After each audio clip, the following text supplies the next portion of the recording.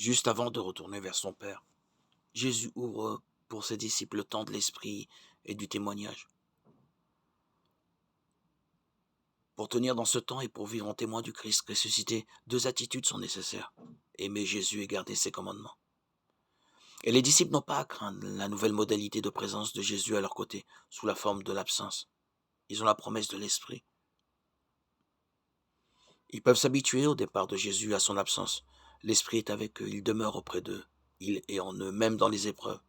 En fait, l'Esprit tourne les disciples vers le dedans, vers l'intérieur, pour les imprégner de Dieu.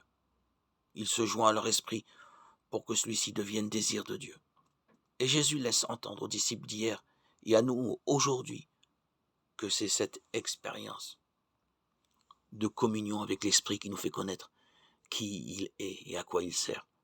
L'Esprit est intime. Il est le cœur de notre cœur. Il n'a pas besoin de faire de grands discours, il ne parle pas, il agit. Il n'exprime pas, il imprime, et ce faisant, il donne de connaître le Père et de l'aimer. Il donne aussi, selon les mots de l'apôtre Paul, de pouvoir rendre raison de l'espérance qui est en nous, avec douceur et respect. L'Esprit ne violente pas, il ne se donne pas au spectacle. Il donne de témoigner en vérité, avec humilité et amour dans la discrétion. Fondamentalement, c'est en aimant de l'amour qui vient de Dieu que nous serons à même de découvrir la véritable identité de Dieu et vivre dans la fidélité notre engagement à la suite du Christ.